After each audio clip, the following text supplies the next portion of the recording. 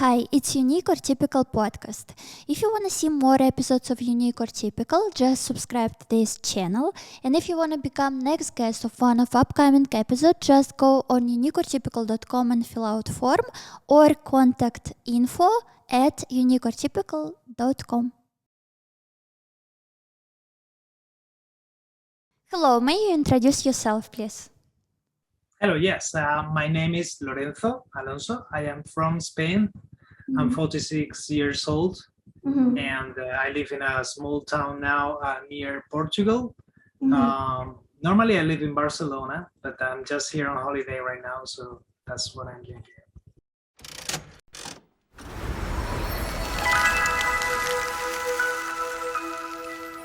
Can you reveal most common stereotypes about Spain and about Spanish people? Okay, yeah, well, I've been abroad a lot, like I've traveled around the world quite a lot. And people always ask me things about, for example, the food. It's like we are always eating things like paella, gazpacho, churros, I don't know, all the typical foods that every foreigner tries when they come here in Spain, which is not the case. It's like as if I was saying that Russian people are always drinking vodka. I guess that's not the case always. Same thing happens with Spanish people. Also, a lot of things having to do with being lazy. Like we are normally people see us as I don't know, a little bit, lazy. That's a word. Yeah. Also, things that have to do with the weather, like we are always having fun, we are always going to the beach, we are always like drinking and partying all the time, like 24/7.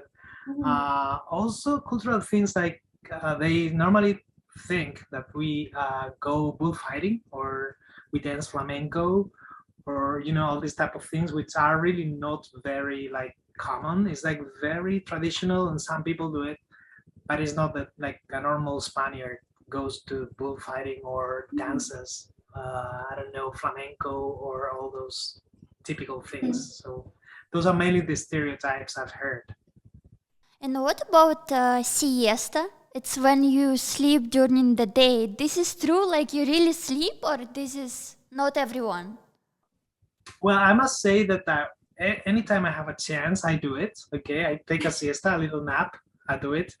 It's also because I don't sleep very well at night, so I think I have to recover. But it's not. I think it's a reminiscence of the past because uh, more than anything in the south of Spain, it is very hot, and agriculture and farming were like the two main activities back in the time. So a lot of people they had to take a nap at like 2, 3, 4 because the sun was so hard that there was nothing they could do like apart from sleeping. But I think this has remained as a tradition, and we still do it, but just for fun or just a way of taking care of ourselves. And I do it on the weekends, for example. And it also has to do with the old um, I don't know, the way of working right now, because everyone has like 9 to 5ers. It's impossible. Like you go to work in the morning and you get back home in the evening. So there's no way you can take a siesta at work. It's impossible. But well, students, maybe some teachers or people like that who have, very, very short working days. But for the rest of us, I get it. So the Spain includes few parts, and I know that you even have two different languages, or even more, because you have Catalonia part. They have Catalonian Spanish language, right? And you have Spanish part, and maybe something else. But can you explain a little bit about these different parts and about Catalanians and about Spaniards and Catalanians, right?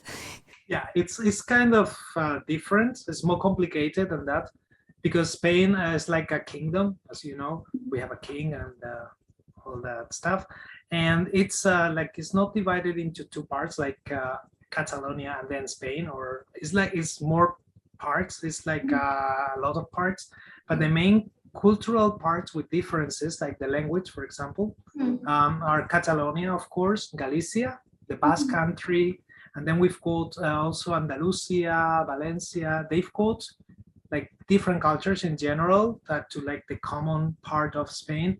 And that's why there are some differences. Also, there are political issues, as you probably know. I've been living in Catalonia for 12 years now. So I've also lived in Northern Ireland, which have also a similar problem with, identity. And the problem is that like 50% of the population in Catalonia don't feel Spanish, and the other 50% feel both Spanish and Catalan. So that is a problem because, in the end, and there were a few years ago, like 2-3 years ago, as you might know, because of the news, there were really problems even with the police, and because they wanted to vote, but the government wouldn't allow Catalan people to. I'm not a Catalan myself, but well, I have my own opinion. I think like people should be able to vote. Then what happens after that depends on more things because it's complicated. But well, there was a little of troubles, and it was an interesting time for me as let's say non-Catalan person living in Catalonia to see it from the outside. But also the television and the news magnify everything. And when you are living it there, it's not that much. I mean, there have been problems, but it's not that much. I hope that answers the question more or less. So can you explain a little bit about your life in Spain, in the area where you live, and maybe in general what lifestyle people have in this area?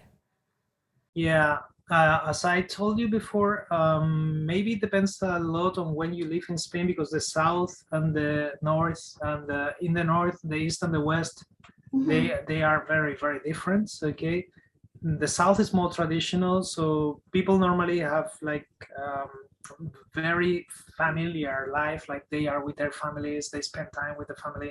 I'm not saying that in the north people don't do it, but people in the north are more European in the sense that they tend to be more independent.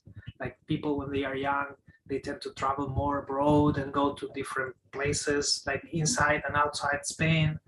But in the south, it's more like they want to stay at home with their parents, and they want to travel within Spain, but they're not so fond of maybe traveling abroad. That's my experience. I might be wrong. As I told you, I live in a very little town. Like I come from a very little town in the southwest of Spain, so I more or less know what I've lived as a child when I was younger. Then I moved, as I told you, and I've lived and worked and studied in a lot of different places and countries. And well, my life now is like in Barcelona, for example. You've got a lot of cultural life. What I do is when I'm not working, what I do is I go for a stroll, for a walk, because I love Barcelona. It's a very nice city. It's not as safe as it was like maybe 10 years ago. There's more, I don't know, danger now, but it's not so bad. Still, I've lived in New York, I've lived in London, I've lived in Madrid, and those places to me are more dangerous, but still Barcelona is nice. So you can go for a walk, you can go to museums, you can go to concerts. Well, taking apart all the COVID problems that have stopped us from doing many of the things we used to do, but it's a very like social lifestyle that you can carry out in Barcelona, and that's my experience in the last, as I told you, last 12 years.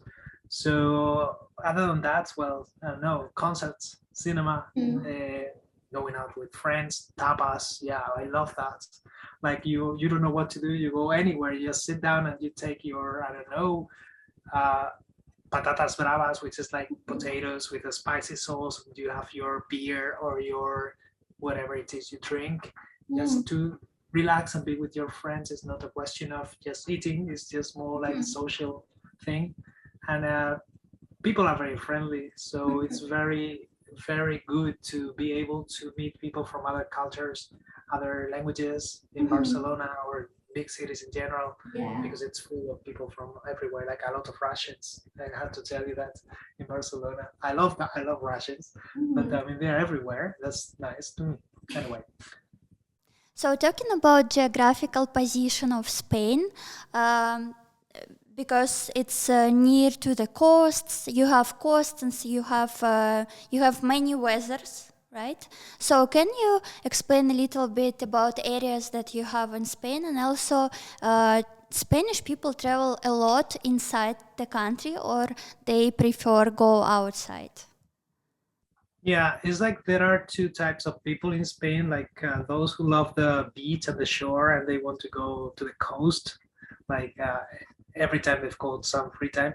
And then there are the people who want to go to the inner part of the country with the mountains, because Spain is, I guess, like for the foreigners, Spain is just that. It's just like the long beaches with the mojito and the music. But then there's like a lot of different places with nature, a lot of nature. So mountains and snow. Lots of people love skiing or hiking, or so it all depends on where you are again. But as you said before, because we are surrounded by the sea, other than Portugal, we've got Portugal on the one side, which is like stopping us from having more, but we'll invade Portugal. No, that's not true. No, but yeah, we loved. I mean, every time we have, I live in the inner part of Spain, as I told you. I am from that part of Spain. I live in Barcelona. I always forget that. So, and from where I am from, people tend to go to the beach every time they've got an opportunity because of that. But yeah, it's like the south. Andalusia is one part of Spain with the geographical features and with the beaches, with also snow. Like they've got everything there. And then you've got Levante, which is the Mediterranean Sea part, and the islands, Majorca, Menorca, Ibiza, all those, the islands, they are lovely. It's like the Catalan or Spanish Caribbean, let's say. Like we've got, our own islands. Then we've got far away, we've got the Canary Islands. I don't know if you've heard about them. They're in Africa, and it's in front of Morocco. And they are very, very nice with the tropical weather all year round. Like there's always like 21 degree centigrade all year round, so it's very nice. And then, well, I know we've got Galicia. The north is more like Galicia, Asturias, Cantabria. This is all like Ireland. It's green with more rain and the little cows, and it's more like the countryside as you see it in the movies when you see an Irish movie, for example. Can you tell me a little bit about most famous? I know that in Spain you have a lot of festivals, music festivals, and different cultural festivals. So can you tell me and name few most interesting festivals in your opinion in Spain? Well, I have to say that I am not a festival person, so I am not aware of the names because they change very often. Like I don't know. In my city, we have one which is called the WOMAD. It's like WOMAD. But other than that, in Barcelona, I know there are like 1,000 every year. So I don't remember the names. I'm sorry, I can't help you with that. But yeah, there are many, like all types of music. There's always a big choice when it comes like the summertime and the summertime. You've got, as I told you, in Barcelona, like maybe, I don't know, 20 festivals, like different sizes, like big ones, small ones. But you've got rock music, you've got dance music, you've got, I don't know, all types of music. So it's a very interesting part of the Spanish culture, and also for foreigners, because it attracts a lot of tourism. But I am not a festival person, so I cannot help you with that, sorry. And this is a stereotypical that people in Spain all know how to dance. They love dance and they know how to dance salsa and what else you dance. But everyone know how to dance. Spanish people love to, as I told you, also to go out and drink and socialize, and dancing is part of it, of course. But I think salsa, because salsa is South American, it's not Spanish, like from the Spanish peninsula, it's not something that we invented. Like I think South American people, I've got some friends, they think we don't know how to dance salsa, because it's like, I mean, to them we are like, like robots when we dance. It's like Spanish people are South American people without a taste for music and rhythm, I think.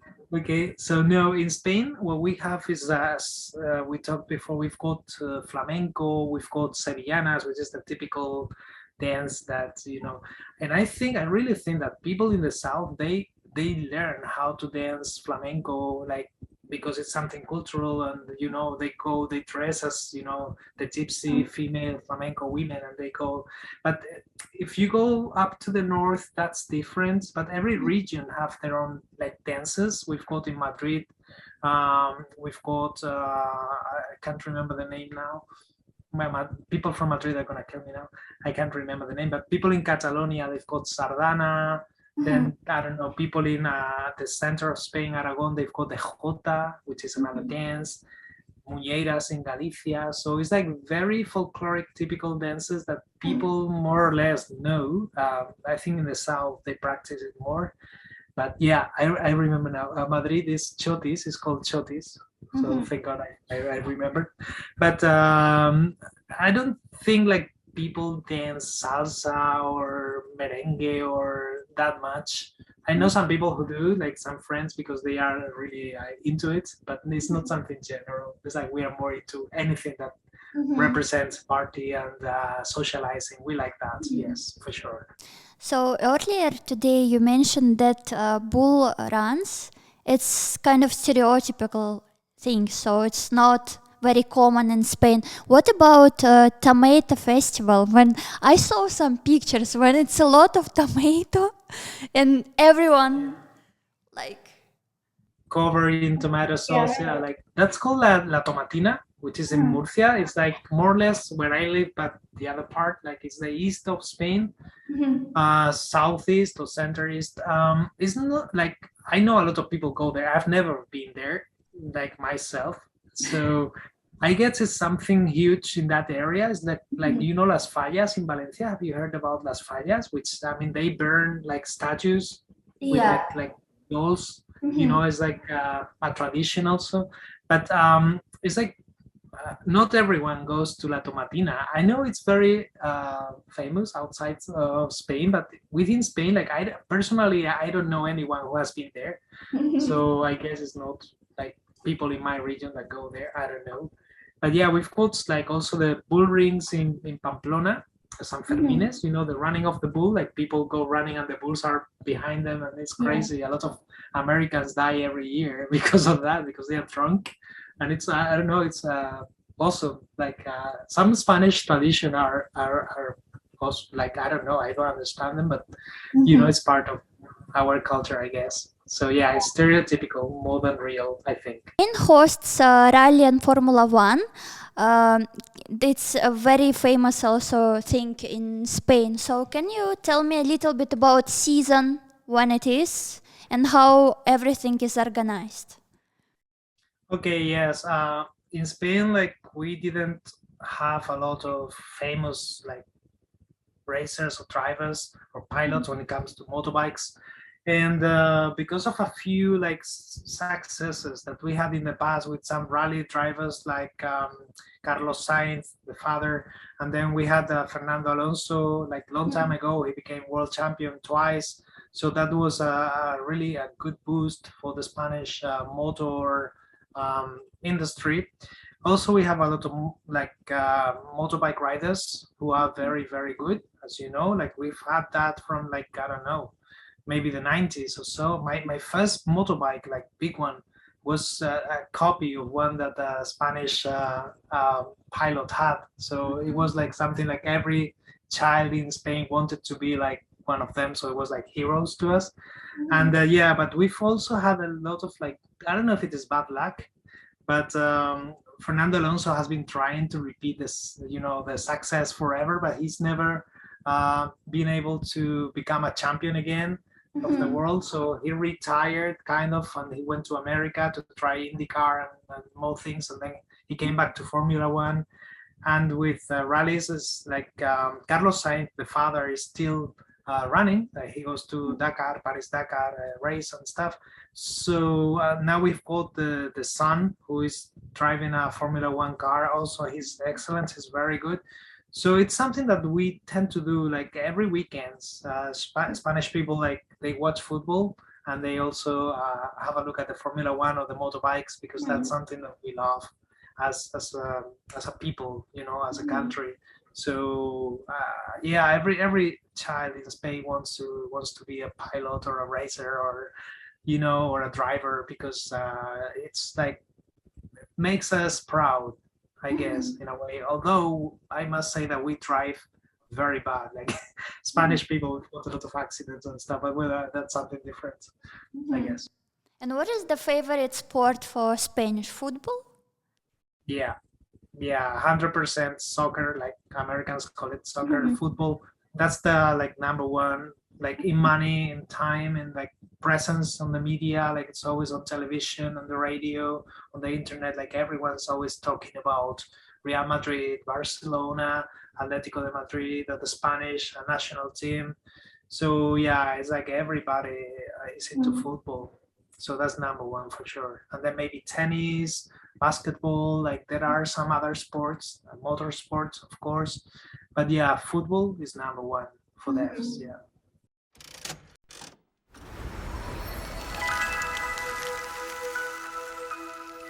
And talking about traditions and rituals that Spanish people have, can you name some traditions that not everybody not from Spain knew? Yes? Did I say it correctly? Well, yeah, we've got, yeah. Like there are some, it's always like religious traditions mostly, which are more like weird.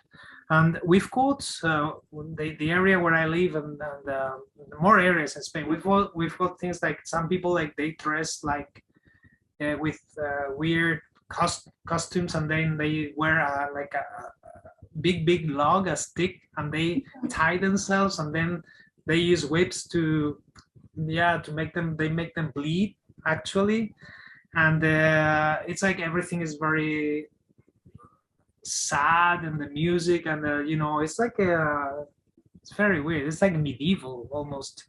And also, Semana Santa, we've got the processions, which is like people go out from the churches, they take out the saints and the virgin, the statues, and they carry them on their shoulders. Like there's a lot of people doing that, and they in every city, and they go for a walk with the statue of the virgin or of the saints, and it's like everyone is. Some people in Andalusia, they cry when they see it. It's like, oh, the Virgin of El Rocío, and they cry because they feel it very deep inside them. So it's very weird if you are not from Spain. Also in those festivals, like in Semana Santa, the processions, some people wear like a cone hat similar to the Ku Klux Klan in America. No. You know this. Well, these are guys who kill black people. They don't like black people. They dress in a very peculiar way with a long hat, which is pointy, and they dress in white with very long like capes and stuff. Yeah. So the dress is the same, and it doesn't mean the same because it's not against black people or anything. It's just a religious stuff, cultural. But when Americans or black people come to Spain and they see that, they are scared because it's like they think they are racist people who want to kill black people. So it's like it's funny in a sense, but it's very shocking to some people from outside Spain. So this is another tradition which is very weird. I think if you consider it from the point of view of a foreigner, and it's not very well known outside Spain, I think. There used to be more traditions related to animals that now are not allowed because of the law. But when I was younger, in some villages, they used to take a goat.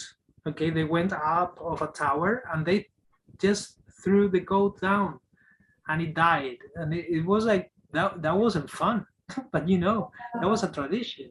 Yeah. So very weird things from Franco's times and all that part of the Spanish history. But nowadays everything is more normal, I think. And we respect animals and we respect people more or less. So I think it's changed. So now we will a little bit talk about Spanish food. Can you name most dishes food in Spain and the most famous drinks and the tastiest one? Wow, that's difficult. We've got paella for sure. This is like everyone knows that one. I think Americans call it paella or something like that.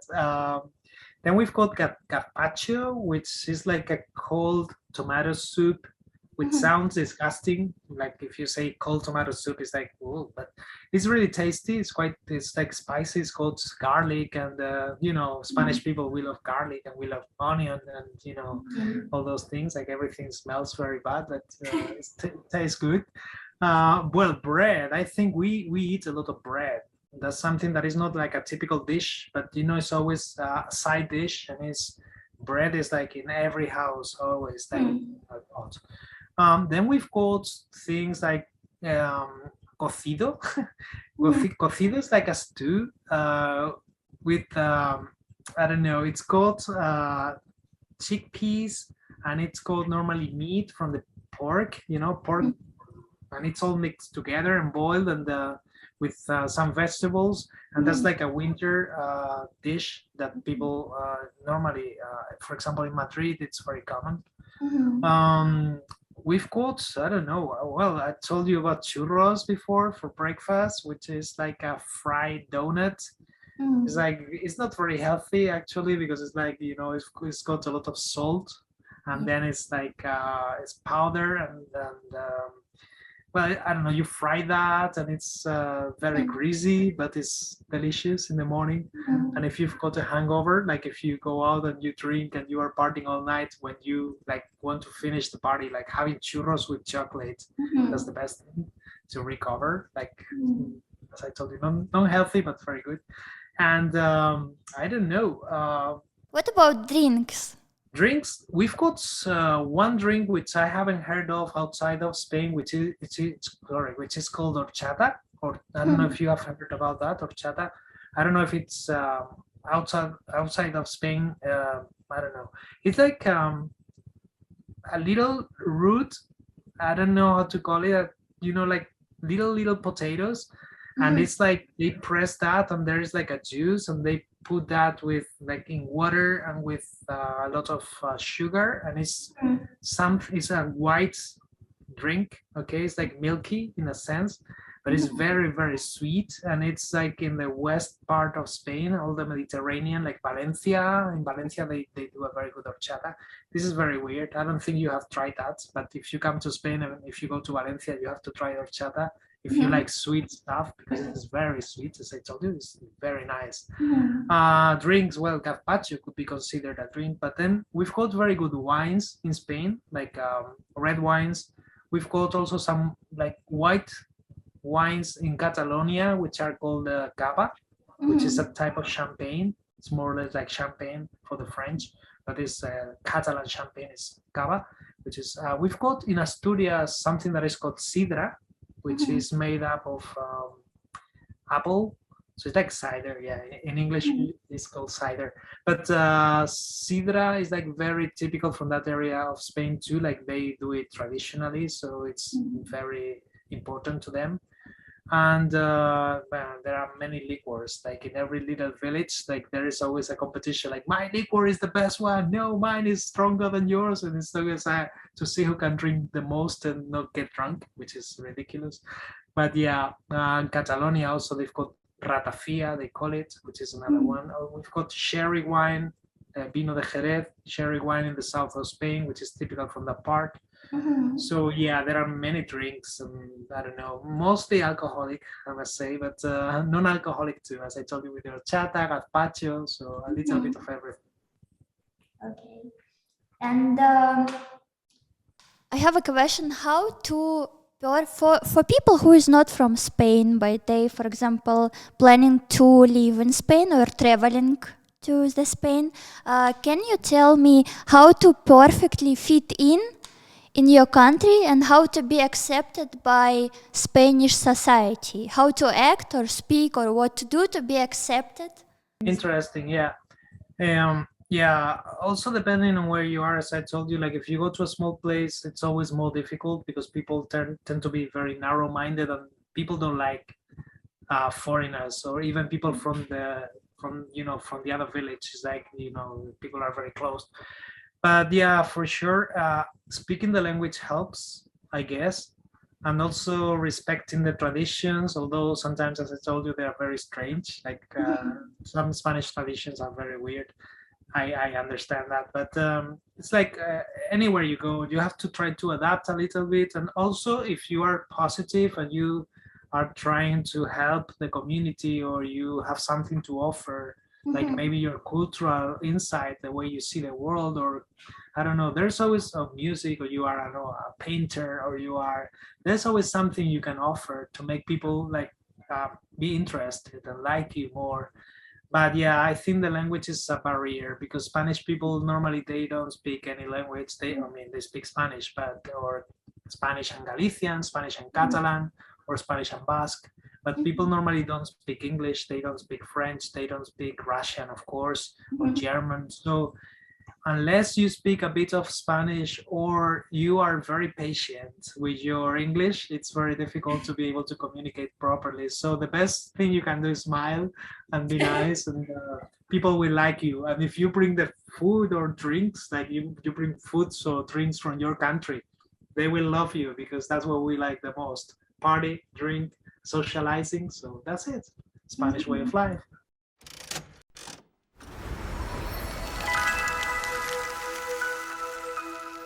And talking about Spanish people in general, can you name few aspects about Spanish personality? And the one that I heard about and I faced is that Spanish people have a they very tolerant to the like a bubble space, your bubble space, you know, they like to be close to you. Like they not like there is no distant 1 meter. They like to be very close. Even when you meet them first time, they like to cuddle and sometimes kiss. Like they very close to you.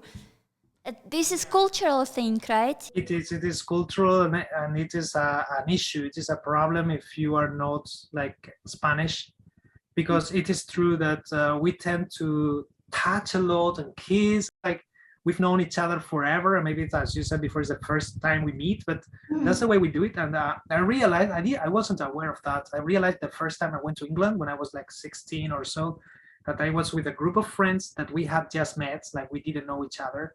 And we were like, as you say, we were like, you know, hugging and always like kissing and touching, because that's what we do. It's not something sexual, or it's not something like, it's normal.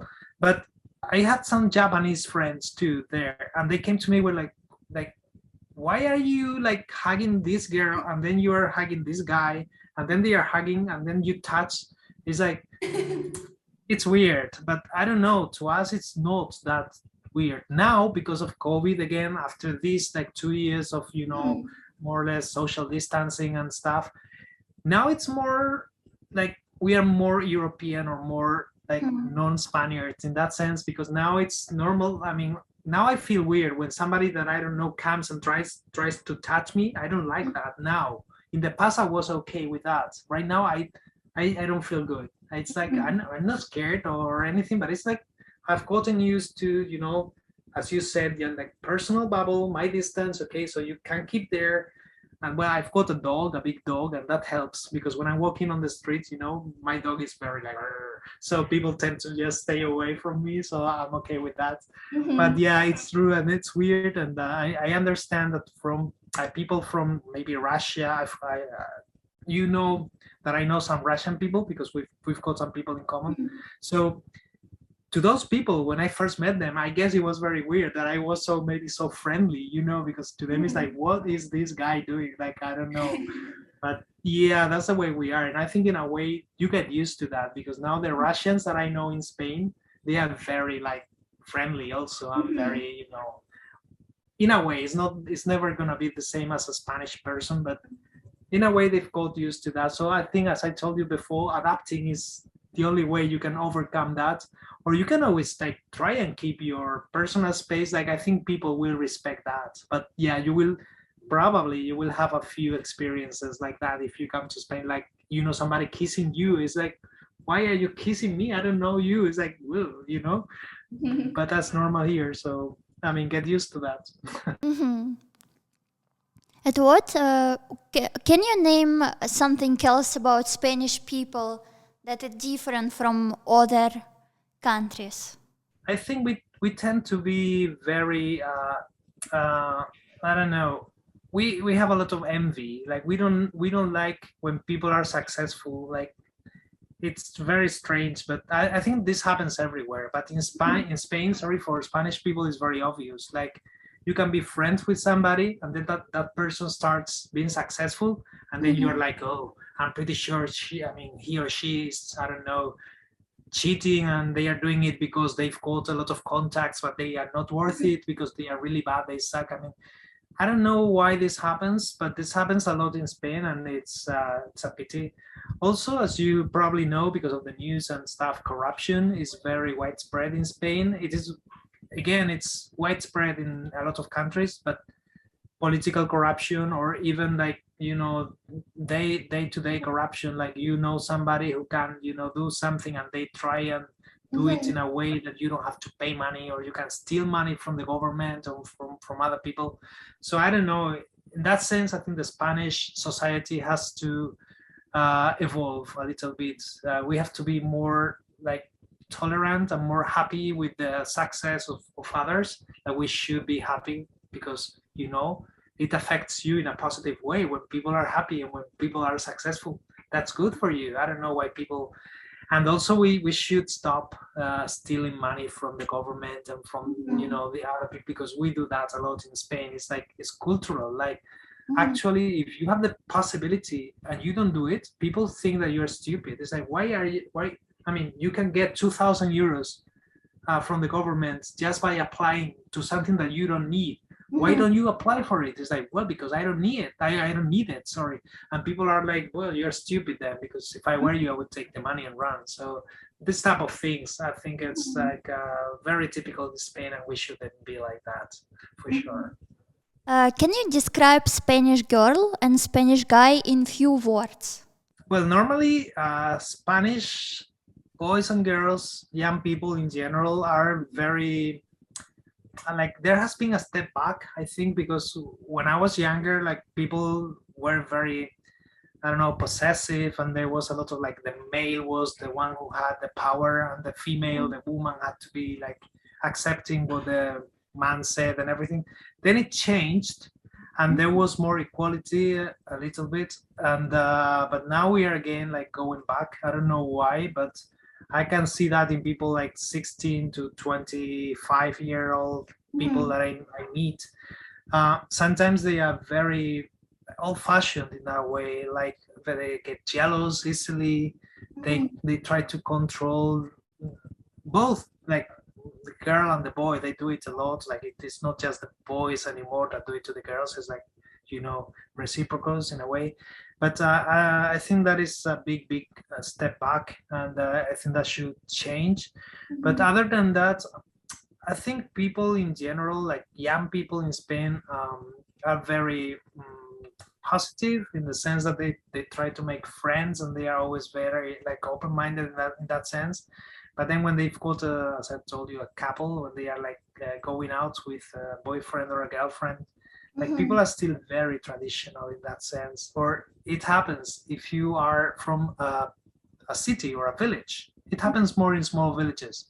And then somebody comes from a different village, and then you meet a girl. For example, imagine that I don't know, somebody like a boy goes to a small village, and you meet a girl. Like people don't like that, because it's like, hey, that's my female. Don't touch my, like, it's like weird. It's like women are normally seen as objects sometimes, And the relationships are.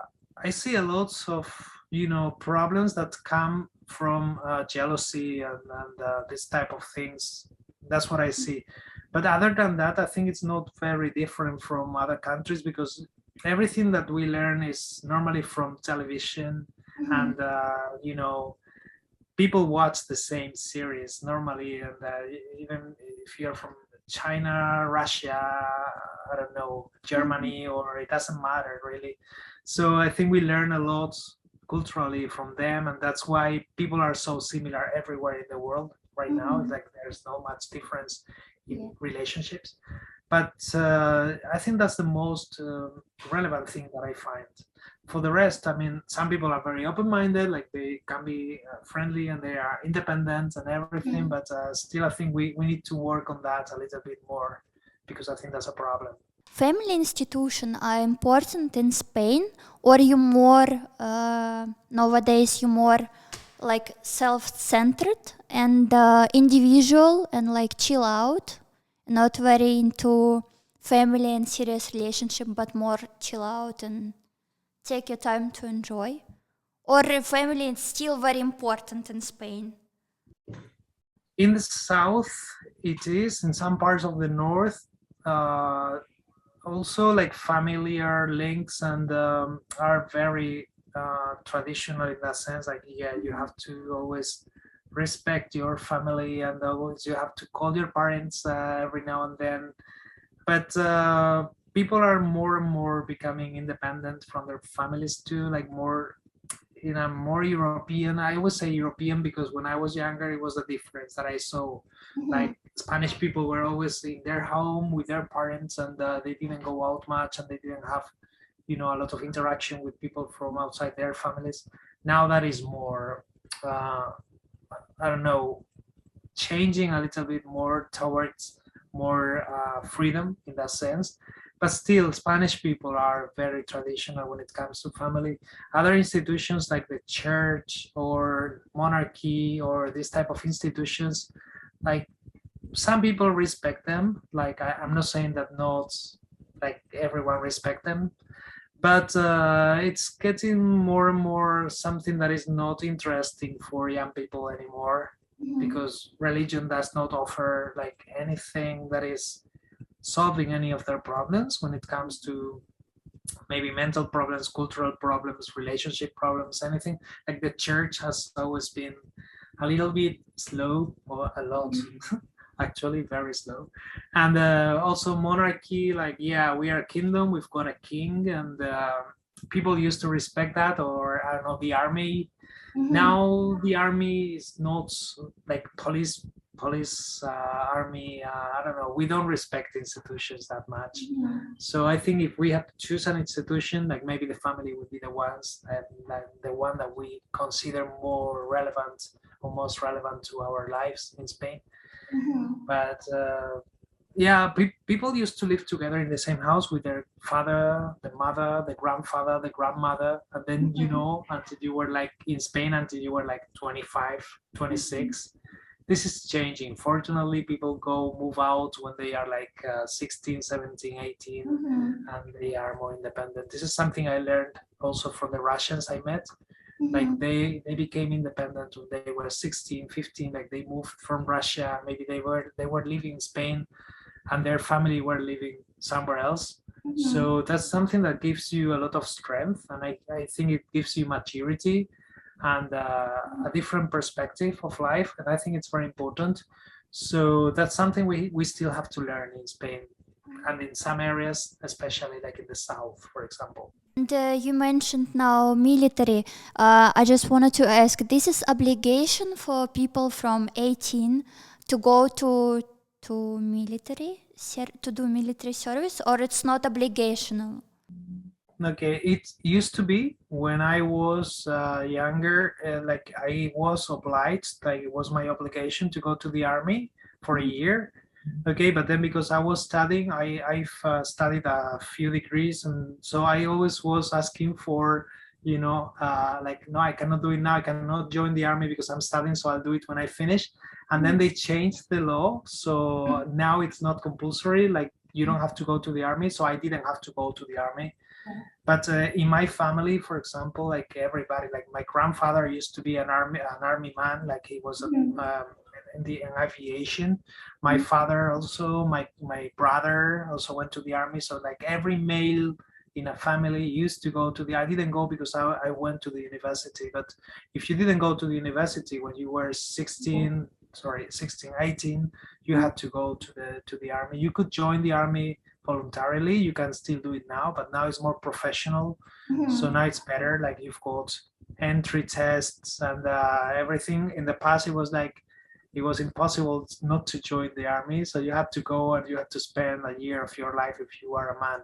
in the army, which sometimes was a waste of time because it stopped you from maybe studying or I don't know, having a family, or because you have to go somewhere like with a lot of men that you didn't know and then spend a year. I know it's got positive sides, like you learn to do things by yourself. Some people, it's the only chance they had to move from their homes and do something different, because as we said before, family is very important. So there was a chance to get out of the family and do something different.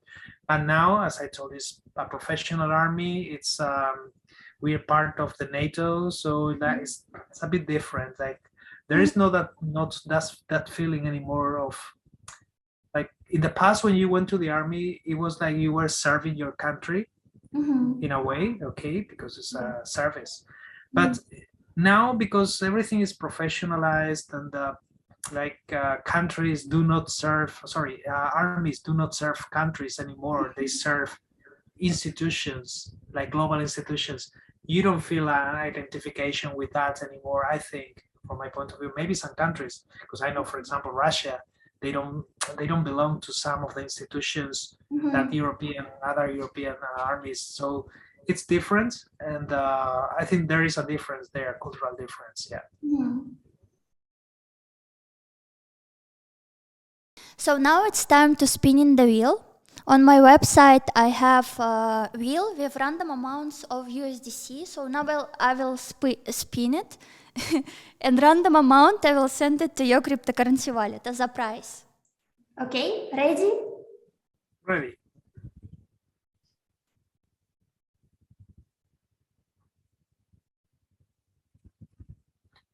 $25. Okay, 25. Excellent. And now I also have an NFT collection, so I will spin NFT wheel, and we will see which NFT art from which section you will win, okay? Okay. 1, 2, 3.